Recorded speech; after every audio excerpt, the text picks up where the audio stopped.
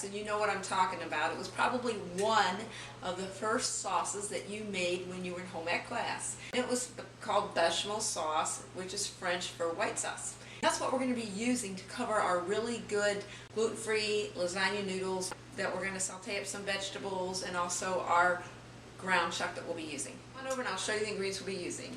2 cups of chopped celery, a cup of chopped onion, 2 cups of mozzarella reduced fat cheese, just shredded, a pound of our ground round right there. We also have our lasagna pasta noodles. And this is the box that I purchased. It's a gluten-free, all-natural brown rice pasta lasagna. You see right there the gluten-free label. What we're going to do is cook our lasagna per our package directions. If you're not on a gluten-free diet, then just use your regular lasagna noodles. And as you'll notice with gluten-free lasagna, this is an 8-ounce package, but it doesn't go near as far as when you're using the wheat noodles. The majority of people don't eat brown rice pasta, they eat wheat. So of course brown rice pasta noodles are much more expensive, so you don't get half the amount. If you're on a gluten-free diet, you know that you cannot be eating wheat, so you have to compromise and eat something other than wheat. And in this case, we're eating brown rice pasta lasagna. And it's going to be really good. And I have a layer here in my lasagna pan already spread out there. Also in my dish I have some more here that will make our second layer. We also have 3 cloves of garlic that we're going to be adding into our garlic press. We have our cast iron skillet heating up here. I've put about 2 tablespoons of our EVOO, virgin olive oil. This thing will heat really quick when you're talking about cast iron. Here it's sizzling already. There's 2 cups of chopped celery and our 1 cup of chopped onions. If you don't care for onions as much as we do, then you can use a half a cup. There's a pile of dispute this. Okay.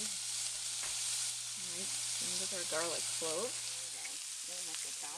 And give a little squeeze. Like that. There goes our last one. And with our salting and our celery. Alright, we're going to pop on our lid so we get these guys salting up quicker, 2 or 3 minutes. Okay, in the back here we are going to get working on our bechamel sauce. In goes our 4 tablespoons of butter, which is equivalent to a 1/4 cup. Get that going. While our butter is melting, we're going to place our milk and our chicken stock in the microwave for about 1.5 minutes just to warm it up. Okay, our butter's melting up pretty well.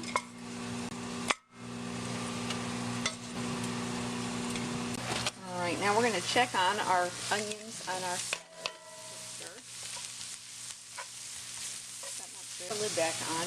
Okay, as you can see here, our butter is melted up, and what we're going to do is make our roux, which means we're going to add in our flour, just like this, slowly, a little bit at a time. You don't want your butter to burn, or you don't want to turn real brown either, so just take your time and stir. Heat on low.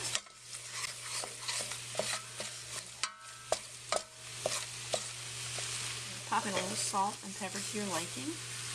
I want our sauce to be really nice and pretty, so I'm going to add in a white pepper. So we're going to have those little black pepper flakes everywhere. Here it goes. And stir. I've turned our heat down just a couple of minutes. Alright. We've got our milk add in. And we're also going to add in our chicken stock. These are both pretty warm. Key to having a foolproof smooth sauce here is having your milk that's hot and also your chicken sauce that's hot. And just like we've done, we've added it right into our butter flour mixture. Just keep stirring.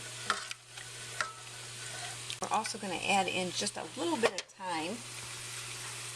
I have 1 teaspoon of thyme here. It's fresh thyme. If you use dried thyme, you only use a half a teaspoon. And it goes. We're also going to add in just a dash of cayenne pepper. And it goes.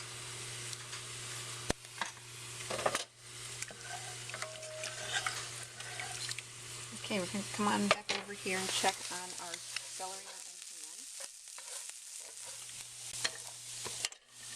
Okay, and it goes.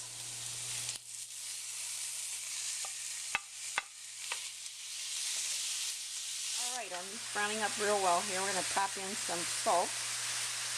Phil's going to season up your burger with Phil's going to season up your meat. Right, here we go. We've been simmering our bechamel sauce for probably about 12-15 minutes. It's going to be Very patient when you're making the sauce. Ready to go. Patient when you're making the sauce. And what we're going to do, since we're going to be using mozzarella anyhow, I'm going to pop in about a 3/4 cup of mozzarella just to make this really rich, creamy, and just perfect for this bread. And it goes. They're all shredded. Now that this is all coming together, we just turn this off because we'll be using it real soon. Okay, there we go. Here we have our 1 layer of lasagna already in our lasagna pan. Get organized here. Get yourself a ladle. What we're going to do is take our lasagna pan that already has a layer of lasagna and put it right next to our stovetop, right there. So don't have to worry about making a mess. Pop it right on our lasagna.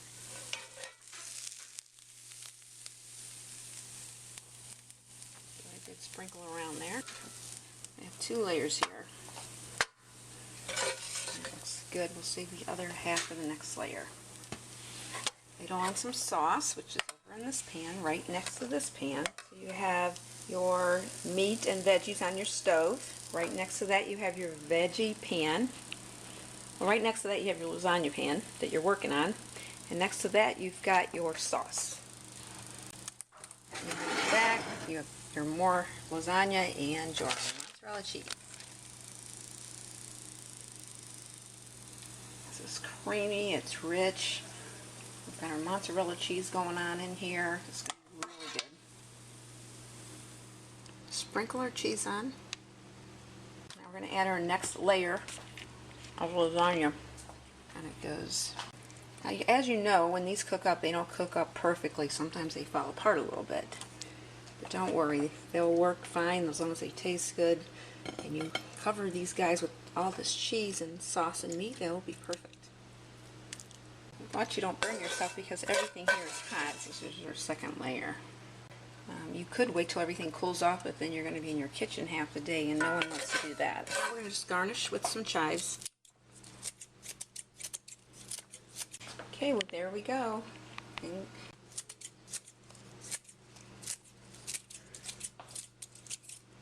now we're going to pop our gluten-free vegetable meat lasagna in the oven with our bechamel sauce. Can't wait. This is looking really good. We have our oven preheated at 400 degrees and we're going to bake for about 25 minutes until everything just heats up and gets bubbly and ooey and gooey. Okay, here we have it. Our gluten-free vegetable meat lasagna is all finished up. There it is. I have some tomatoes I'm going to have with mine on the side there. I think that sounds kind of good. Those are pretty fresh and they are homegrown. It's a little ooey gooey. We got some cheese going on here that we're going to have to bring over. Alright. Oh, this is super delicious. It's really good. Thank you for watching and I hope you'll try my gluten-free vegetable